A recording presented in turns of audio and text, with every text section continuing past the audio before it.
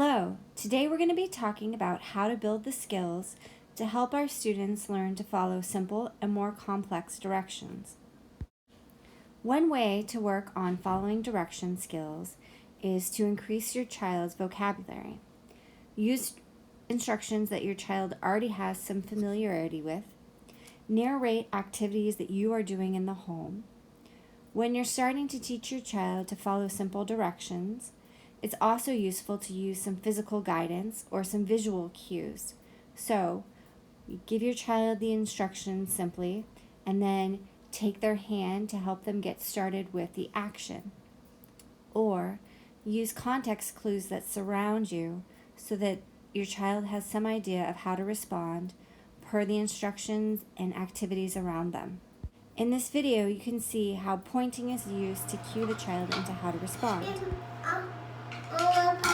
You put it on the plate. Oh. As you can see, you can work on following directions in play activities and everyday ongoing activities. Also, as you're going along throughout your day, narrate what you're doing to build your child's vocabulary so that they'll start to learn what your words mean.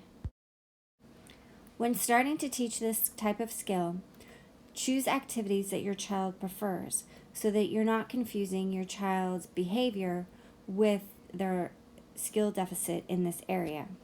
When starting to work on the skill of following directions, keep your words simple, use 1 to 3 word statements, and also use the words that your child is most likely to know from their everyday surroundings.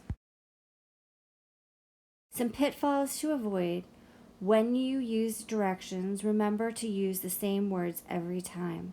Avoid repeating yourself and using slightly different variations of the word until your child is really adept at following those directions. Also, avoid asking your child to do something. Instead, use a statement when you're working on instructions. Your child's going to need a lot of practice when they're learning how to do this skill. And sometimes children do better with objects when they're learning how to initially follow instructions because the objects can give them a cue as to how they're supposed to act. Here are some initial actions that we can work on with our children. Remember that you want to work on only 1 or 2 new directions at a time. Keep the actions simple, and you can use context clues and have an ongoing activity. Give some idea of how the child is supposed to be responding to the action. Our children will need a lot of reinforcement and positive praise for initiating the directions that you've instructed them how to do. In this video, we'll see how to work on an initial direction, such as "give me your shoe." Having a hand out can help the child know how they're supposed to respond. Johnny, give me your shoe. Thank you. When we first start working on this skill, remember that our words should serve as the directions. So avoid modeling the action for your child that they're supposed to be doing, but rather use context clues around you to support them. As your child gains more skills in this area, you can use more complex actions that don't necessarily have a context clue around to support them, such as clap your hands, or are more complex fine motor actions such as cut or color. Working on these type of instructions will help your child become more preschool ready because they'll be better able to listen and follow directions from adults and from their peers.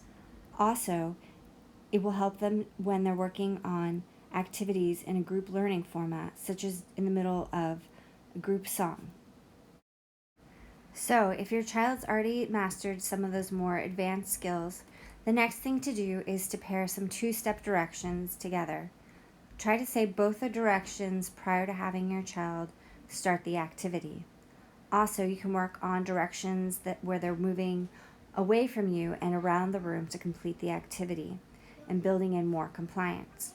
You can work on following directions away from you in the context of normal ongoing activities such as go get a spoon or go get your shoes and bring them back to mommy.